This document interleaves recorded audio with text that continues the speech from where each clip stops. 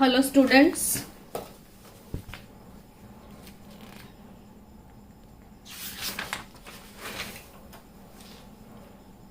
Hello students. Welcome to the chemistry zone. Pragya madam, previous lecture में हमने क्या पढ़ा था? तो Raoult's law for non-volatile solute and volatile solvent. What is today we are going to learn? So today we are going to learn about again Raoult's law for volatile, Raoult's law for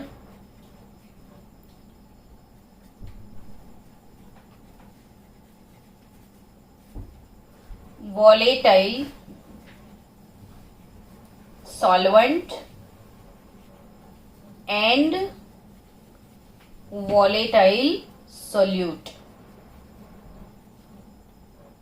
in case 1 हम पढ़ चुके थे non volatile solute and volatile solvent. आज के case में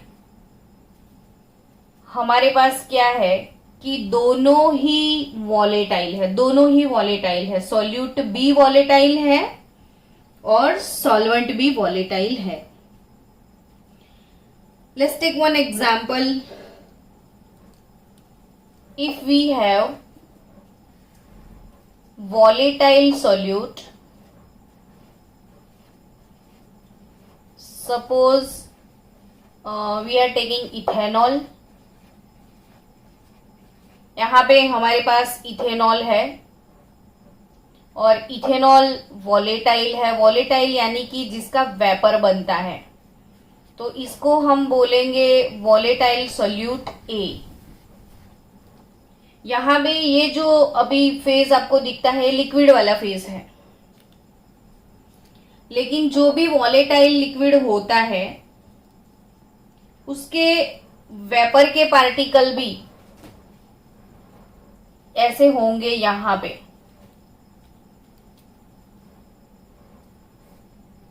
इसको close कर दो. सपोज आप यहां पे इसके वेपर पार्टिकल्स आपको दिखते हैं. ये वेपर है. ये किस चीज का वेपर है? तो ये वॉलेटाइल सोल्यूट ए. सपोज यहां पे हमने लिया इथेनॉल. ये इथेनॉल लिक्विड है और ये इथेनॉल की वेपर मॉलिक्यूल है. अब यहां पे ये वॉलेटाइल लिक्विड है, इसका वेपर बन रहा है, तो वेपर के पार्टिकल ये वॉल पे प्रेशर प्रोड्यूस करेंगे. और अगर ये प्रेशर को हम मेजर करते हैं तो उसको पार्शियल प्रेशर ऑफ सोल्यूट ए, जो कि प्योर इथेनॉल का वेपर प्रेशर है ये. तो ये प्योर इथेनॉल का वेपर प्रेशर है.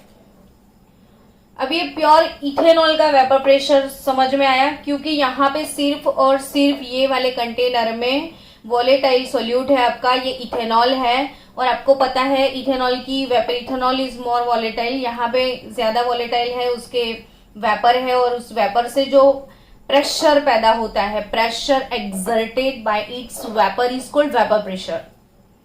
तो ये वेपर प्रेशर ऑफ सोल्यूट है हमारे पास. अब सोचो मेरे पास दूसरा कंटेनर है. यहां पे ये वाले कंटेनर में लिक्विड वॉलेटाइल है, वो भी वॉलेटाइल लिक्विड है.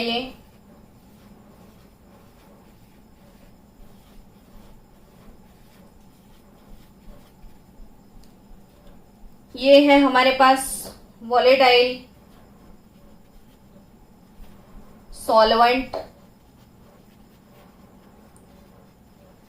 ये है वाटर. वाटर भी अपना खुद का वेपर बनाती है. आपको पता है ना, वाटर में हाइड्रोजन बॉन्ड होंगे, इसमें भी होंगे, इसमें भी है. तो यहाँ पे हाइड्रोजन बॉन्ड है, इंटरमोलिक्यूलर अट्रैक्शन अल्कोहल से थोड़ा ज्यादा है, तो इसीलिए ये कम वॉलेटाइल है। इसको मैंने बी कंपोनेंट बोला है। इसके वेपर प्रेशर को अगर हम मेजर करते हैं तो पीबी नॉट, लिटरली यहाँ वेपर ज्यादा दिख रही है, यहाँ पे वेपर कम है, तो इस केस में हम ये बोल सकते हैं P A not greater than PB not.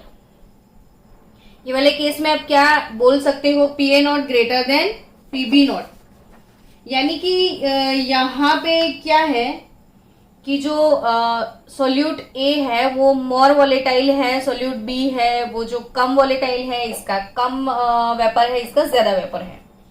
तो यहाँ पे P A not minus PB naught. अब सोचो आप कि आपको सॉल्यूशन बनाना है। अब सॉल्यूशन आप बना रहे हो तो यहां से थोड़ा सा इथेनॉल आपने इसमें डाल दिया। क्या डाल रहे हो आप, इथेनॉल। यहां से आपने इथेनॉल डाल दिया थोड़ा सा,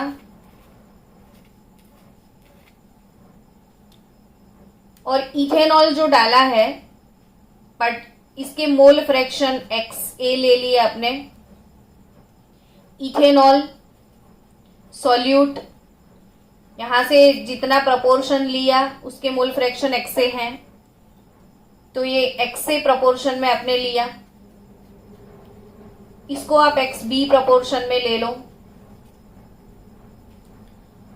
तो यहां पे अब ये दोनों मिक्स है, तो समझो कि ये वाला जो आपको कंटेनर है वहां पे दोनों के वेपर के मॉलिक्यूल होंगे, दोनों की वेपर होगी, ए की भी होगी बी की भी होगी, लेकिन आपके इसके XA जितने मोल फ्रैक्शन लिए इसके लिए, तो यहाँ पे जो वेपर प्रेशर है वो दोनों का यहाँ पे नहीं हो सकता, क्योंकि आफ्टर मिक्सिंग कितना प्रपोर्शन लिया है उस पे उसका प्रेशर डिपेंड करेगा। तो after mixing vapour pressure of A it is PA, after mixing vapour pressure of B is PB, pure का PA नॉट, मिक्सिंग के बाद PA, प्योर का PB नॉट, मिक्सिंग के बाद PB। तो आप क्या बोल सकते हो यहाँ पे, तो ये बोल सकते हो आपकी PA कितना, तो XA जितना, PB कितना, तो XB जितना। तो जितना मोल फ्रैक्शन है उतना ही उसका प्रेशर होगा, जितने अमाउंट में वो होता है उतना उसका प्रेशर होता है। अगर वो ज्यादा अमाउंट में है तो उसका पार्शियल प्रेशर बढ़ जाएगा। तो यहाँ पे we can say that PA, अगर प्रोपोर्शनलिटी हटाते हैं तो pure solvent PA naught into XA, यहाँ पे PB तो PB नॉट इंटू XB होगा। सो इसको भी इसमें डाल दिया, इसको भी इसमें डाल दिया, तो what is P total here, तो P टोटल समझो आप कि भाई P टोटल मुझे निकालना है, तो कितना होगा, तो दोनों के टोटल जितना होगा PA प्लस PB जितना होगा। तो यहां पे P total is equal to PA plus PB, so PA naught into XA plus PB naught into XB। हमारे केस में क्या था, कौन मोर वॉलेटाइल था, तो A। यहाँ पे PA not greater then PB not, यानी कि ज्यादा वेपर PA की है, तो PA की वेपर ज्यादा है, तो यहाँ पे PA naught into XA, PB not, XB की जगह पे हम लिख सकते हैं 1 माइनस XA, क्योंकि सॉल्यूशन में अगर दो कंपोनेंट है A और B,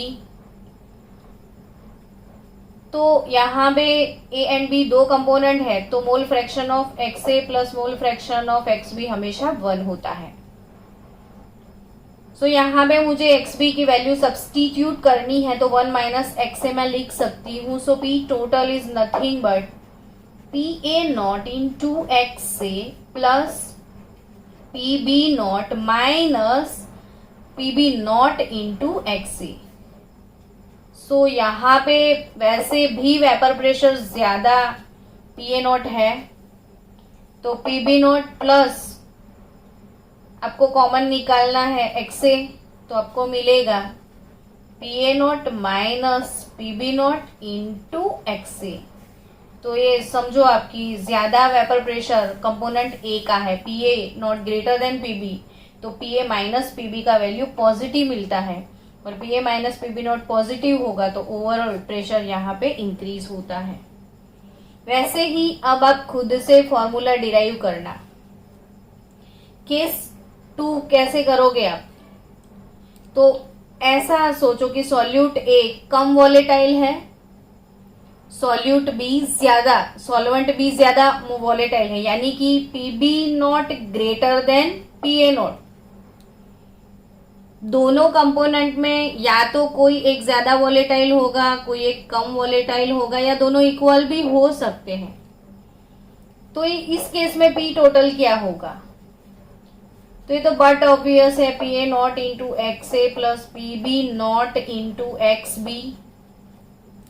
तो अब आप यहाँ एक्स बी की जगह एक्स ए को सब्सटीट्यूट करोगे, तो एक्स ए के लिए 1 माइनस एक्स बी आप लिख दो, P B not into X B लिख दो यहाँ पे. तो P A not minus P A not into X B plus P B not into X B. So here P A naught plus X B common निकाल दो, तो P B not minus P A not into X B P total. देखो आप again यहाँ पे P B greater than P A है, तो P B minus P A positive निकलेगा. तो ये हो गया सॉल्यूशन का पी टोटल कैसे निकालने का जब दोनों ही कंपोनेंट वॉलेटाइल हो. अब और एक चीज आपको पढ़नी है कि ये तो हो गया फॉर्मूला का डेरिवेशन, बट इसके ये कंक्लूजन क्या निकाले अकॉर्डिंग टू दैट फॉर्मूला. तो पहला कंक्लूजन क्या निकालोगे आप? तो ये पी टोटल यानी कि टोटल वेपर प्रेशर किस पे डिपेंड करता है? तो यहां पे देखो तो एक्स बी पे है, यहां पे देखो तो एक्स ए पे है. तो आप क्या बोल सकते हो इसके बारे में? तो ये बता सकते हो कि total vapour pressure of the solution can be related to mole fraction X A और X B of any component. X A और एक्स बी दोनों में से कोई भी कंपोनेंट पे वो डिपेंड करेगा. सेकेंड थिंग, सेकेंड कंक्लूजन क्या निकलता है कि the total vapour pressure of the solution varies linearly. Total vapour pressure of the solution varies linearly with the mole fraction of the component ए और बी. तो यहां पे ये क्या चीज हो गई? तो जब आपको पता है, मैथ्स के बच्चों को पता है कि y is equal to M X plus C का जो प्लॉट होता है वो हमेशा लीनियर प्लॉट होता है, और जिसमें हम y एक्सिस पे y को डालते हैं, x एक्सिस पे x को डालते हैं, ये लीनियर प्लॉट मिलता है. ये इंटरसेक्शन जो है वो c का वैल्यू देगा, और जो स्लोप विल बी यहाँ पे m. ये चीज याद रखो कि what is y is equal to M X plus C. तो ये लीनियर प्लॉट होता है, ये लीनियर है. यहाँ पे y होता है, x पे x लेना है. जो ये वैल्यू है इंटरसेक्शन यहाँ पे दैट इज अवर c, और m स्लोप से मिलता है. तो वैसे ही ये वाला इक्वेशन आप देखो ध्यान से. तो चलो मैं फिर से लिखती हूँ ये इक्वेशन कि भाई मेरे पास P टोटल है, P total is equal to P A naught plus PB0 minus PA0 into XB. तो I can say that y is equal to m into x plus c. तो ये वाला जो प्लॉट है वो कैसा होगा? तो लीनियर होगा.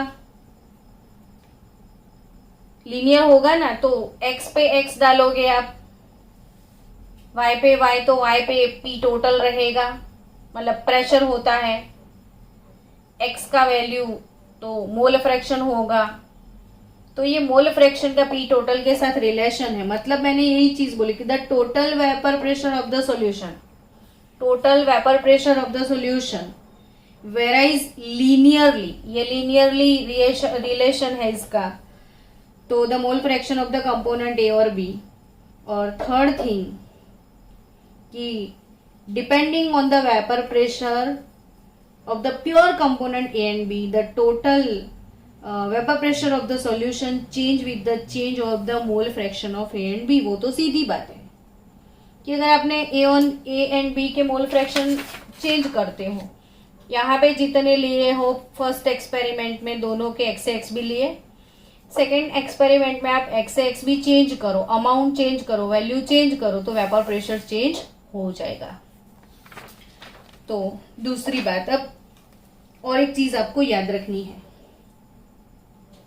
कि अगर जो हमने सॉल्यूशन बनाया था, अभी हमने एक सॉल्यूशन बनाया था, यहां पे कुछ मोल इथेनॉल के थे, कुछ मोल हमारे पास कुछ इथेनॉल के मोल थे, कुछ मोल वाटर के थे, यानी कि मोल फ्रैक्शन ऑफ इथेनॉल था, मोल फ्रैक्शन ऑफ वाटर था, दोनों ही चीज थी. ये उनका लिक्विड लेवल है. अभी ये लिक्विड के मॉलिक्यूल्स हैं. तो ऐसा समझो ना, लिक्विड के मॉलिक्यूल हैं, हम ऐसे भी इसको रिप्रेजेंट करें तो अच्छा लगेगा. तो ये दोनों लिक्विड के मॉलिक्यूल्स हैं, ठीक है. अब लिक्विड का वेपर भी बनने वाला है. तो ऊपर के पोर्शन में दोनों के क्या है? वेपर है. यहां पे ये इथेनॉल की वेपर है, वाटर की भी वेपर है. तो यहां पे दोनों के वेपर है, इथेनॉल के भी है, वाटर के भी है. अब ये इसको वेपर फेज बोलते हैं. तो हमको ऐसे सम्स सॉल्व करने होते हैं कि calculate the mole fraction of vapour phase, calculate the mole fraction of solute and solvent in vapour phase. यहां पे भी ये अलग अलग प्रोपोर्शन में है, इनके मोल फ्रैक्शन है. तो यहां पे मैंने मोल फ्रैक्शन सॉल्यूट के x से लिख दिए, यहां पे मोल फ्रैक्शन सॉल्वेंट के x भी लिख दिए. तो in vapour phase there is a mole fraction of component A, it is YA, and mole fraction of component B, it is YB. So यहाँ पे ये लिक्विड फेज में x से x भी है, लेकिन ये वाले वेपर फेज में इसके मोल फ्रैक्शन सपोज YA है एंड YB है. तो ये YA और YB का रिलेशन PA और PB के साथ क्या है याद रखना. यहां से हमको सम सॉल्व करने हैं. तो पाया मैंने P टोटल, ऐसे मैं बोलती हूं ताकि बच्चों को याद हो जाए. पाया, क्या पाया आपने, क्या खोया, क्या पाया लाइफ में. तो बोलना, कोई पूछे कि, तो मैं बोलना कि पाया मैंने P टोटल. तो ये पाया P टोटल, PA that is equal to Y into P total, और PB is equal to YB into P total. तो पाया मैंने P टोटल. तो यहां से आपको वेपर फेज में मोल फ्रैक्शन YA और YB दोनों मिल सकते हैं. अब बारी आती है राउल्ट के ग्राफ की. ग्राफ की बात करें तो ये y is equal to mx plus c से कंपेयर कर सकते हो आप. चलो यहां पे हम पढ़ चुके हैं कि P A proportional to X A, so we can say that P A is equal to P A not into X A. Now in case suppose mole fraction X A के 0 है और मोल फ्रैक्शन एक्स ए के 1 है, तो यहां पे mole fraction 0 है तो पी ए प्रेशर 0 होगा. भाई कंपोनेंट ही नहीं है तो प्रेशर कहां से होगा. अब धीरे धीरे इसके मोल फ्रैक्शन बढ़ते जाएंगे, एक्स ए 1 हो जाएगा तो जो पी ए का वैल्यू है वो पी ए नॉट हो जाएगा. यानी कि प्योर कंपोनेंट का जो वेपर प्रेशर है वो ही उसका सॉल्यूशन में वेपर प्रेशर होगा जब मोल फ्रैक्शन 1 होगा. कुछ डाला ही नहीं है इसमें, वो खुद अकेला है तो उसका ही वेपर प्रेशर होगा. तो यहां पे अगर मैंने ग्राफ प्लॉट किया, यहां पे मैंने पी ए नॉट, जब पी ए 0 है तो एक्स ए भी 0 है, दोनों 0 0 है तो वो ओरिजिन पॉइंट से ही स्टार्ट होंगे. तो यहां पे सपोज आई है partial pressure of A and x A value 0. धीरे धीरे धीरे धीरे धीरे एक्स ए इंक्रीज होता जाएगा, उसका लेवल इंक्रीज होता जाएगा और सपोज इस पॉइंट पे एक्स ए विल बी 1. अब इस पॉइंट पे जब एक्स ए 1 है तो मैंने बताया कि जब एक्स ए 1 होता है, अब पी ए एक्स ए की बात करो तो P A proportional to X A, तो P A is equal to P A not into X A. Y is equal to M X का प्लॉट है जो लीनियर शेप में होता है हमेशा, तो यहां से वो लाइन लीनियर मिलेगा. चलो ये लीनियर हो गई लाइन. अब इस पॉइंट पे इसका एक्स ए 1 है तो उसी पॉइंट से मैं एक लाइन बनाऊ यहां पे. तो ये वाले पॉइंट पे अगर मैंने यहाँ पे इसका वेपर प्रेशर नोट डाउन किया तो मैं कैसे यहाँ पे स्केल रखूं और यहां से इसकी वैल्यू मिलेगी ना वेपर प्रेशर, तो वैल्यू तो यहाँ पे है, तो ये पोर्शन कितना है तो ये मुझे यहाँ देखना पड़ेगा. तो ये पोर्शन इतना जो वैल्यू है वो जहां पे एक्स ए 1 है और यहाँ पे जो वैल्यू है वो है पी ए नॉट.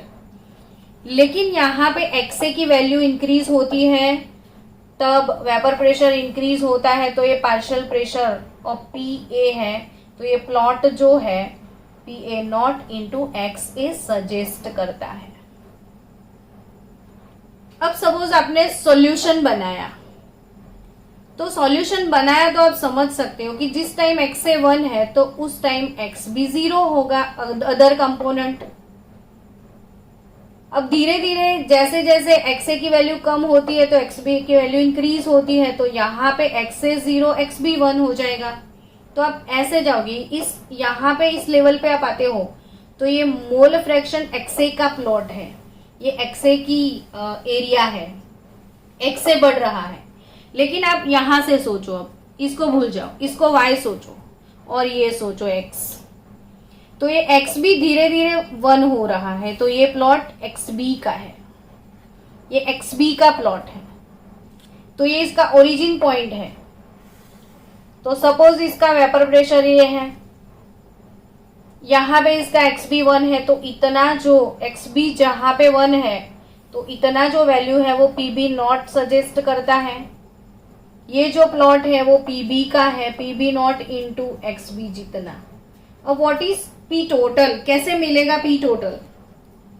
यहाँ पे इस ग्राफ से आप सोच सकते हो कि ए का तो यहाँ है और बी का यहाँ है, तो यहाँ पे बट ऑब्वियस है B component is more volatile than A component. एक ए से बी का वेपर ज्यादा बन रहा है, बी ज्यादा वॉलेटाइल है ए से, इसलिए इसका वेपर प्रेशर इतना हाई हो गया.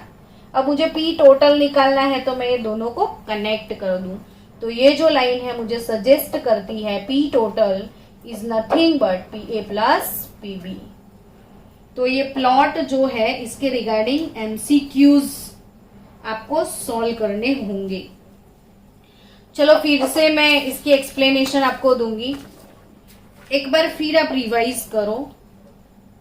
चलो इस बार मैंने ये वाले प्लॉट में आप देखो ध्यान से, तो मैंने यहाँ पे B is more volatile than A लिया। यहाँ पे कुछ अलग भी सोच सकते हैं, maybe A is more volatile than B। चलो फिर से याद करना ध्यान से। यहाँ पे XA 0 है, XB 1 है, यहाँ पे प्रेशर है, पार्शियल प्रेशर, तो ये प्लॉट किसका होगा? तो समझ सकते हो XA 0 है तो कहीं ना कहीं कोई पॉइंट पे XA 1 हो रहा है, ये 0 से 1 हो रहा है तो ये XB है, और XA 1 है तो XB 0 है, तो ये XB का प्लॉट है, ये सॉरी XA का प्लॉट है, ये XB का प्लॉट है। अब यहाँ पे सोचो आप, A ज्यादा वॉलेटाइल है, ये PA का प्लॉट है, ये PB का प्लॉट है, और दोनों को मिला लो तो ये P टोटल होता है।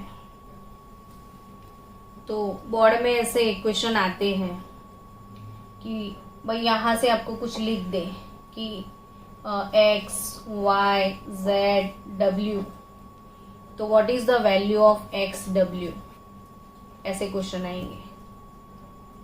तो यहाँ पे इसने U लिख दिया, यहाँ पे V लिख दिया, यहाँ पे M लिख दिया, यहाँ पे N लिख दिया, यहाँ पे O लिख दिया, हर पॉइंट पे कुछ ना कुछ लिख दिया, और आपको पूछ लिया कि what is the value of X, W।